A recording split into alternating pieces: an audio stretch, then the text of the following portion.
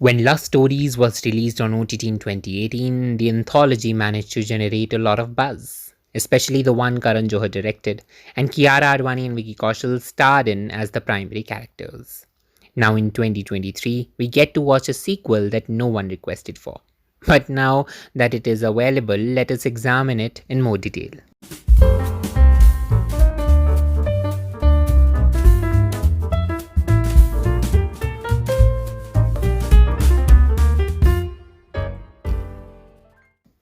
I'll discuss the movie in the sequence in which it is originally aired. R. Balki's shot comes first. Even with his most recent film Chup, the incredibly gifted R. Balki managed to build a niche for himself as a filmmaker.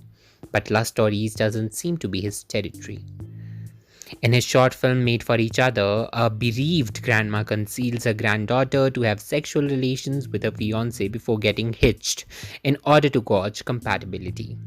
The makers clearly intended to make a savage Dadi, but it prompts the question, why was Dadi harboring this brazen attitude for so long? Wasn't she supposed to be like this before? The family acts as though an alien is teaching them how to behave. I mean, you and Dadi live under the same roof, so how are you supposed to be unaware of her sex chat blabber?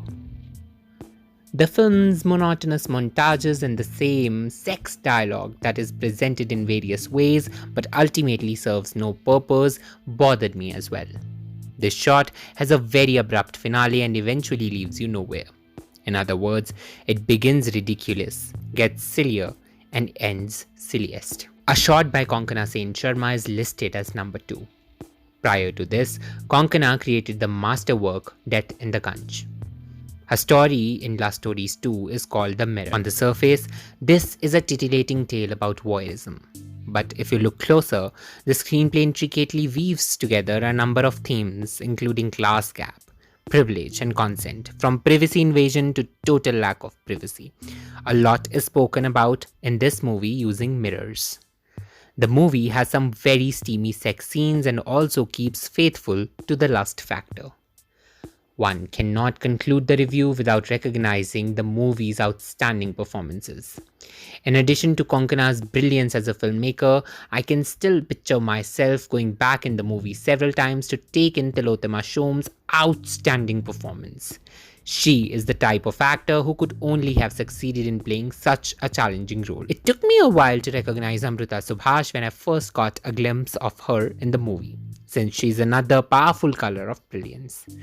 The film's major high point is the confrontation scene between the two. Because it conveys so much in so little time, this shot is a feature film in and of itself.